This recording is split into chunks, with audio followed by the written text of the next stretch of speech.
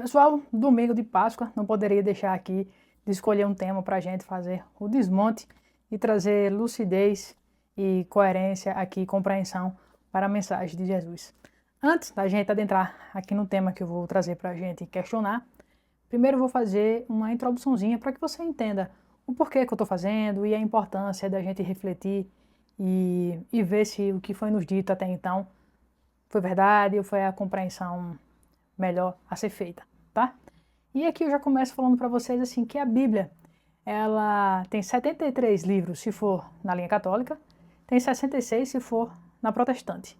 Veja que é a mesma fé, é o mesmo Cristo, mas se adotam doutrinas e livros de a mais ou a menos. Tá? Como é que foram feitos esses livros, Lilian? Quando o Império Romano decidiu que o cristianismo ia ser agora a religião oficial de Roma, eles não iam mais perseguir, mas sim adotar essa corrente como a sua profissão de fé, eles simplesmente chamaram os bispos vigentes ali na época, porque já haviam várias correntes cristãs atuando. Então eles fizeram várias reuniões para decidir qual linha doutrinária do cristianismo ali a Igreja Católica Apostólica Romana passaria a seguir, tá? E aí, no final das contas, o que é que eles escolheram, pessoal?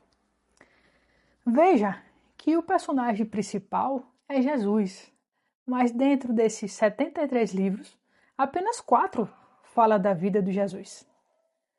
Ou seja, é reduzido a um sistema de total insignificância. Desses 4, apenas 2 desses evangelhos foram de apóstolos de Jesus Cristo. Os outros 2, Lucas e Marcos, não conheceram Jesus. Em Atos dos Apóstolos, até um tempo atrás, quando eu não tinha estudado ainda, eu era crente que se tratava de um ato realmente feito pelos apóstolos. E, para minha surpresa, pasme, o ato dos apóstolos não foi feito por nenhum apóstolo. Foi por Lucas, que era muito amigo de Paulo de Tarso. Não é bizarro?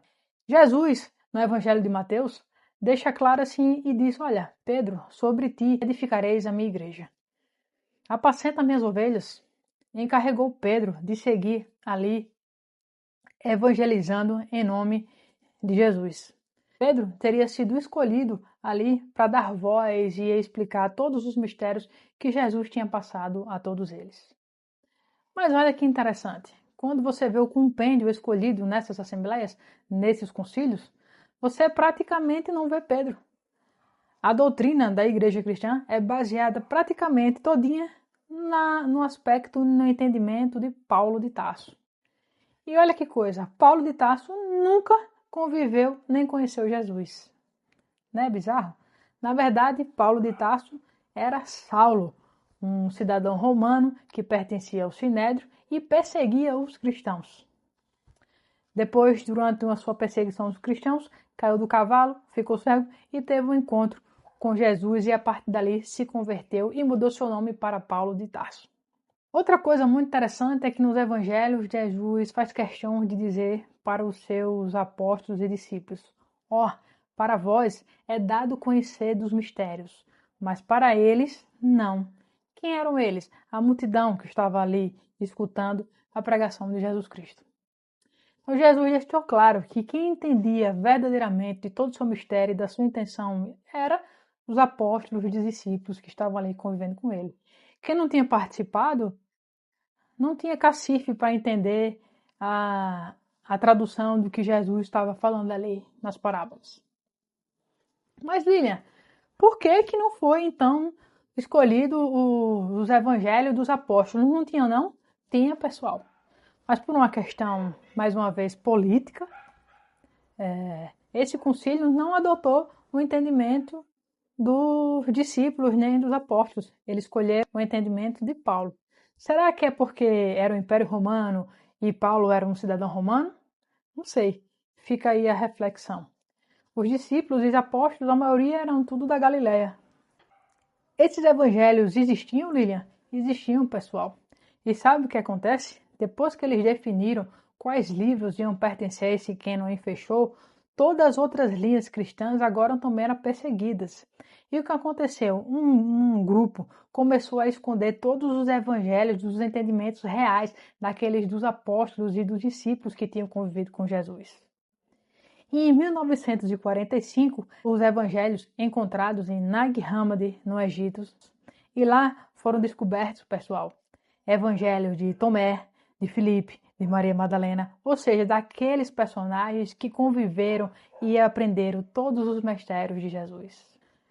Então, esses evangelhos encontrados em Nag Hammadi, no Egito, ficou conhecido como os evangelhos apócrifos, porque não foi reconhecido pela Igreja Apostólica Romana.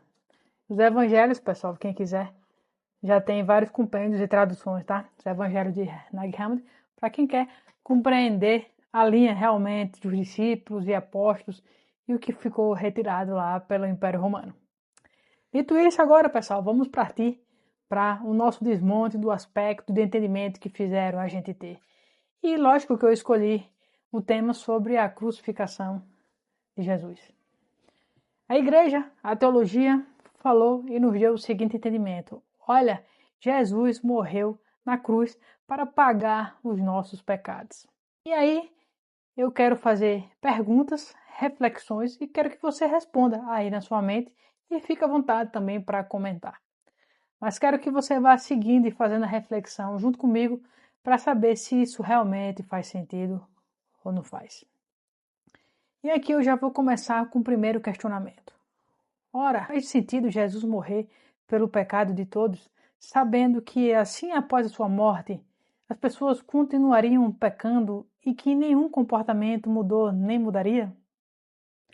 Ele morreu para pagar o pecado original, mas no primeiro segundo após sua morte, as pessoas ainda estariam julgando, se corrompendo, mentindo.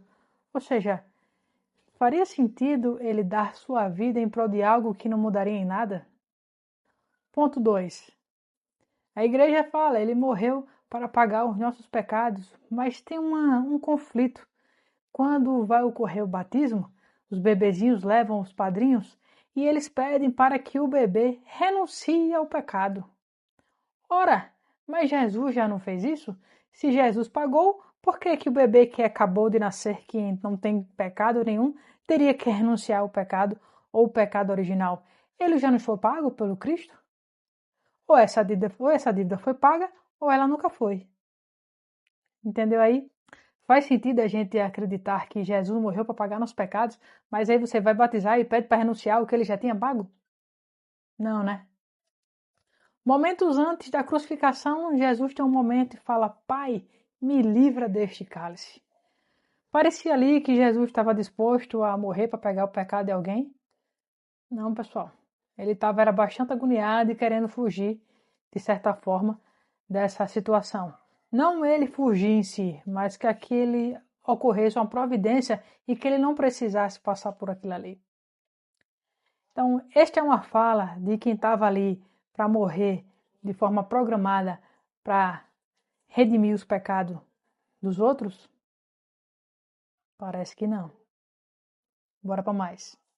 Sem falar que Jesus deixava o tempo todo claro: misericórdia eu quero, não sacrifício.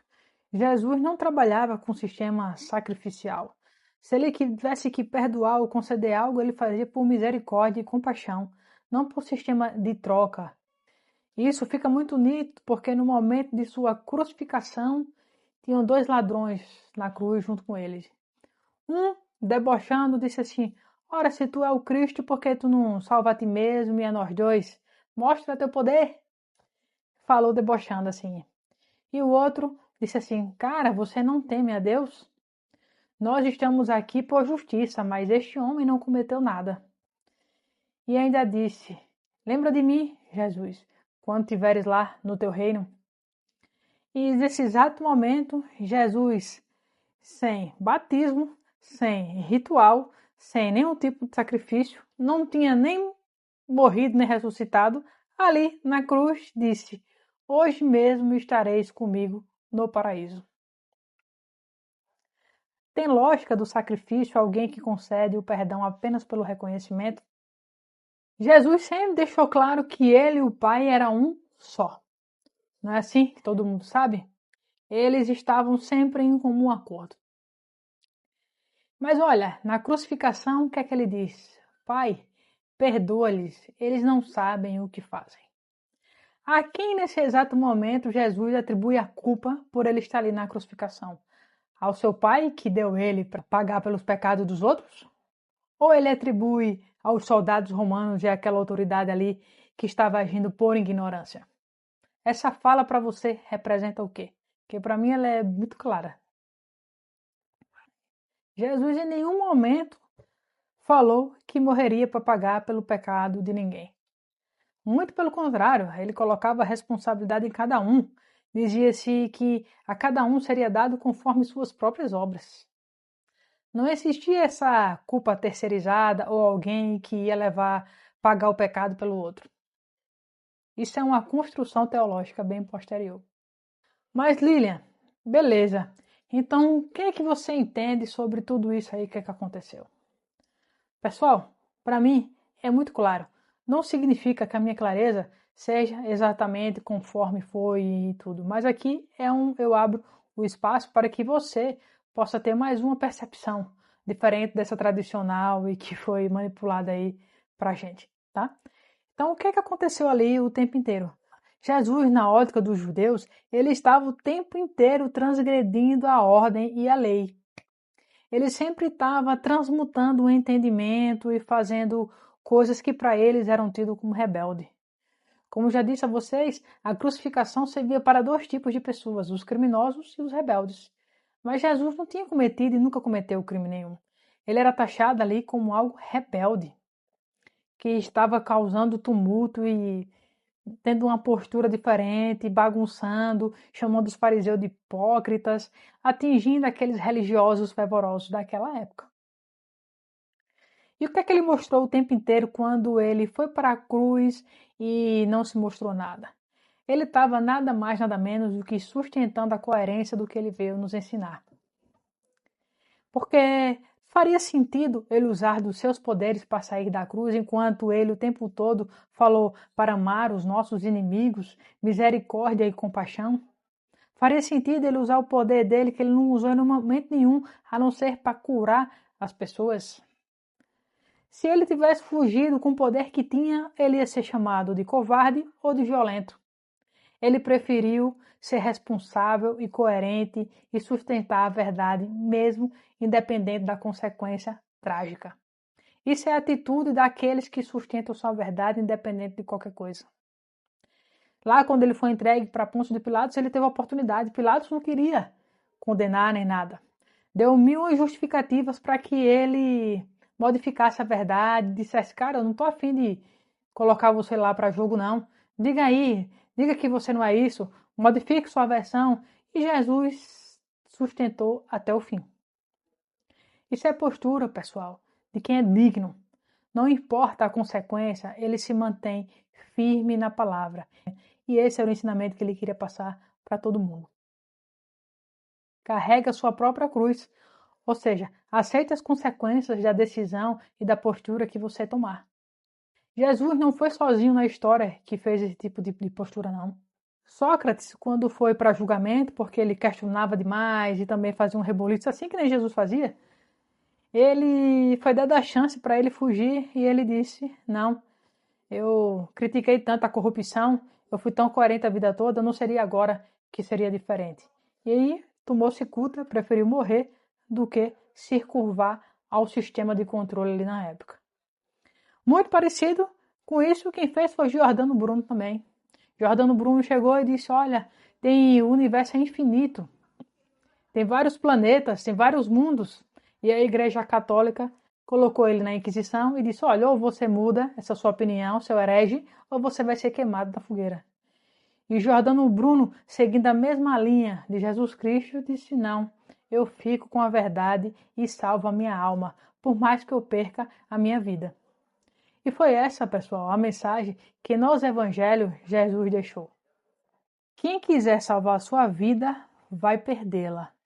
Mas quem perder a sua vida por minha causa, vai encontrá-la. Entende? Ali se trata de você não se curvar a controle e a sistemas. Ali se trata de você honrar sua dignidade, sua postura e sustentar a verdade independente das consequências. Um abraço.